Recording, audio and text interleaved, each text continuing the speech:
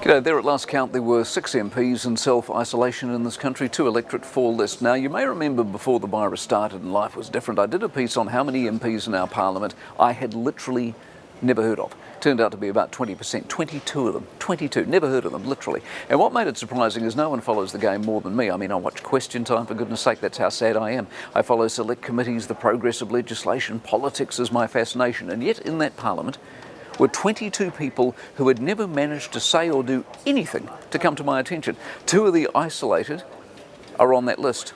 Is that a coincidence or not? Anyway, the fact 4 are list MPs once again highlights the absurdity of MMP. Just what is it these people do? Why do they, who do they represent? And when they are self-isolating, let's be honest, does anyone actually miss them? Perhaps the most disturbing statistic I heard this week is from Trevor Mallard, who said if it came down to it, the Parliament could pass law with about 12 MPs. 12.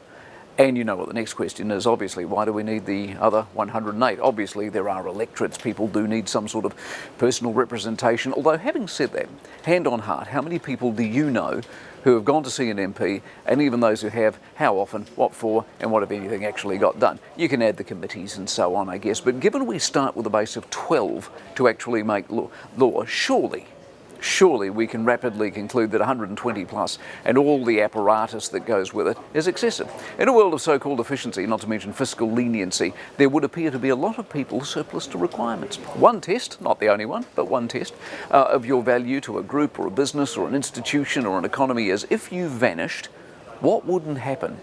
What would stop?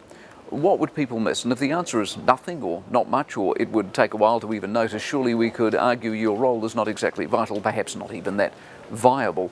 It's applicable in a lot of areas of life, I think, from the road working crew, you know, the one you drive past and they're all leaning on their shovels watching one poor sap dig, the administrative type person in the office, no one really knows what it is they actually do, the ones whose entire day is back-to-back meetings, a world of whiteboards and learnings and unpackings.